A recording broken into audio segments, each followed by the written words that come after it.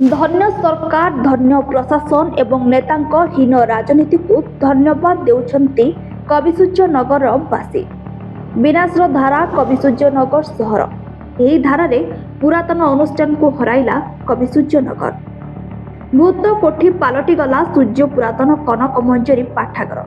वर्ष वर्ष धरी बंद रहुथिला एबे पूरा ताला झुरिला।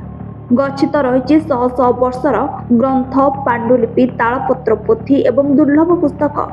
परिचालनागत त्रुटि सांगकु प्रशासन दायित्वहीनता कविसूर्यनगर कीर्तिराज आज भूतकोटी पालटि जाउछि।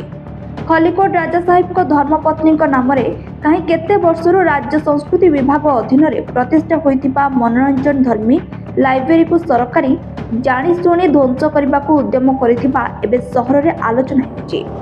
एठी कार्यरत कर्मचारी नियुक्ति पाई जिला कार्यालय रे काम करुवा अभियोग हेबा परे लोक प्रतिनिधि अजाण अभिनय आज सहरर कीर्तिराज लोप पाउछि।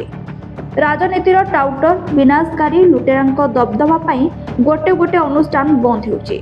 एठी कुहा जाउछि स्थानीय नेतृत्व अभाव एवं शरणार्थी राजनीति पाई कविसूर्यनगर ध्वंसभिमुख आड़कू जाउछि।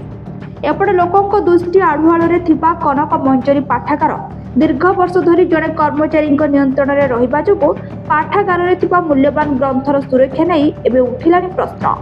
हेरे एही पुरातन पाठागार रे ताला झुलिब ना कार्यक्षम हेबो ताहाकु नै पाठक महल रे असंतोष देखा देछि।